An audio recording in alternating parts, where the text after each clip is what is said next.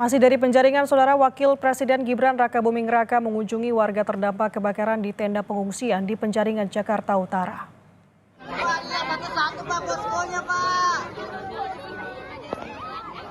Kedatangan Wapres Gibran disambut antusias warga di tenda pengungsian korban kebakaran di Penjaringan, Jakarta Utara. Wapres Gibran mengunjungi satu persatu tenda pengungsi dan menyempatkan diri berdialog dengan warga. Gibran juga memberikan buku dan alat tulis untuk anak-anak korban kebakaran.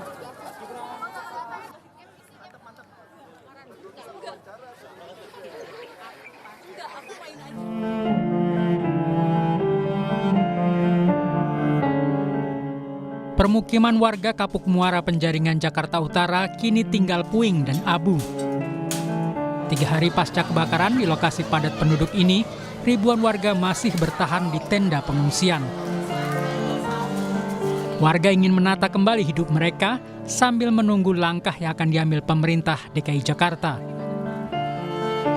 Terkait wacana relokasi, Badan Nasional Penanggulangan Bencana (BNPB) masih menunggu pembahasan dengan pemerintah daerah.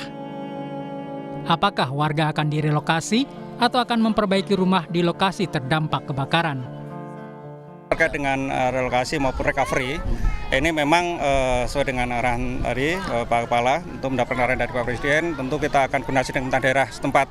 Ini kan kebakaran ya, karena ancamannya kan kebakaran ini kan begitu secara umum kan terkait dengan sarana-sarana yang bagaimana bisa membakarnya. Karena memang ini rumah-rumah kan berasal dari rumah semi permanen, sehingga langkah-langkah depan tentu kita akan koordinasi dengan pemerintah daerah setempat. Apabila memang pemerintah daerah setempat atau pemerintah DKI kemudian membutuhkan supporting dari pusat, arahan Kepala BNPB kepada kami tadi siap support apa yang dibutuhkan.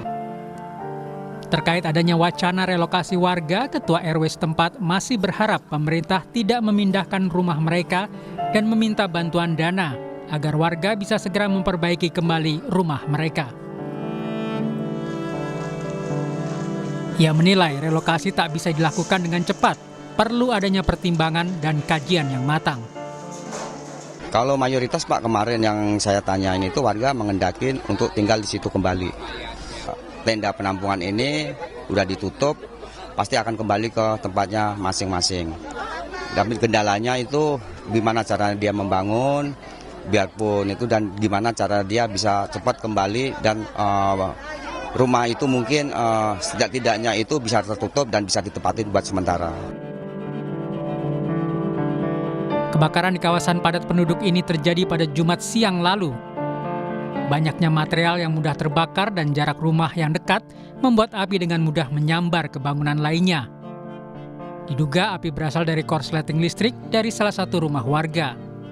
Total ada ratusan rumah hangus dan ribuan warga mengungsi akibat kebakaran ini. Tim Liputan Kompas TV.